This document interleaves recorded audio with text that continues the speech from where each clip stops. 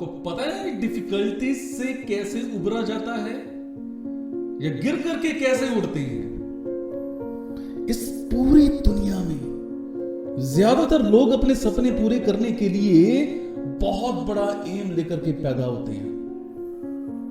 अगर हम किसी भी सक्सेस की अभिलाषा करते हैं बट अपने आप को नीचे गिरता हुआ पाते हैं, तो इस गिरावट से उबरने के लिए हमें क्या करना चाहिए? मैं सबसे पहले चाहूंगा कि आप ये याद रखें कि आपके अंदर एक बहुत सारी एनर्जी है। आपकी जो साउल है ना, मतलब आत्मा, आपको पता है वो प्याज की तरह होती है, मतलब जिसमें बड़ी सारी परतें चढ़ी होती हैं। जैसे प्याज में चढ़ी होती है ना, ऐसे ही आपकी आत्मा, आपकी साउल में भी बड़ी सारी परतें चढ़ी होती हैं। और उसका जो सेंटर होता है वो सीधा सारे के सारे ब्रह्मांड, इस पर शासन करने वाले परमात्मा से जुड़ा होता है। आपकी आत्मा का, आपकी साउल का सेंट्रल पॉइंट वो स्रोत है जो आपको बहुत सारा प्रकाश दे रहा है, आपको एनर्जी दे रहा है, आपको एक पावर दे रहा है। और इस असीम प्रकाश में वैसी ही शक्ति, वैसी ही पावर और गुण होते हैं जैसे ऊपर वाले में होते हैं, परमात्मा में होते हैं।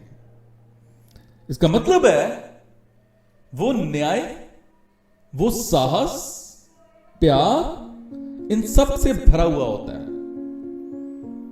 जब आप अपने आप को किसी भी मुश्किल परिस्थिति में पाओ तो सबसे पहले अपने सच्चे स्वरूप को याद रखो कि आप हो क्या।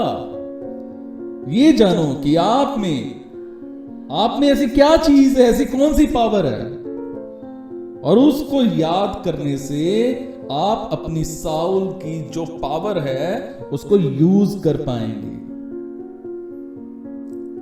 असल में आप में से किसी ने भी अपने दिमाग का ढक्कन नहीं खोला है।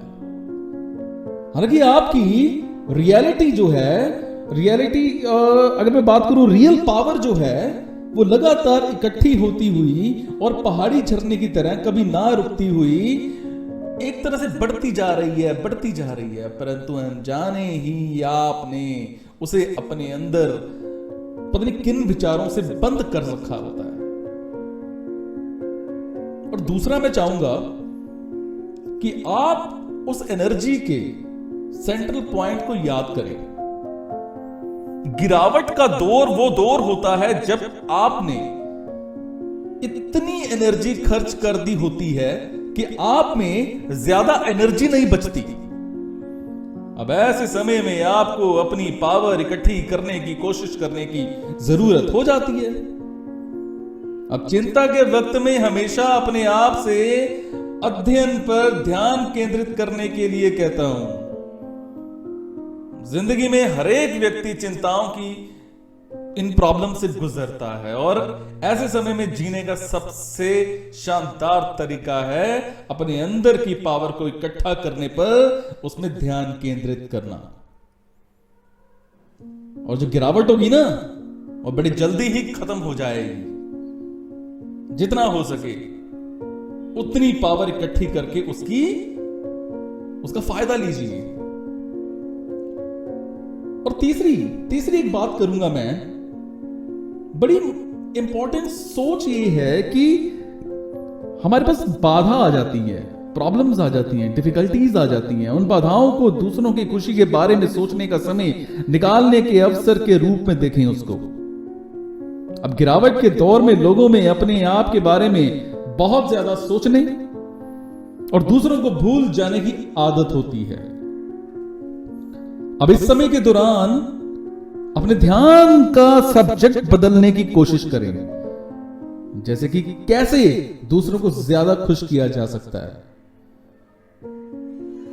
अब गिरावट के दौर से निकलने का सबसे खास तरीका यह है कि दूसरों को खुश करने की कोशिश करो।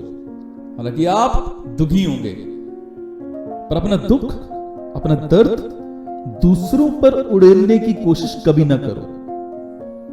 आप दुखी हैं तो दूसरों को खुश करने की कोशिश क्यों ना करें।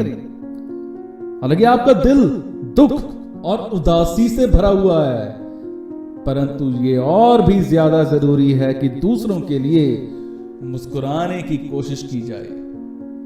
इस रास्ते पर चल करके आप डेफिनेटली जो दुख होते हैं, दर्द होते हैं, इस तरह के दौर से गुजर जाएंगे। कोशिश करके देखिए।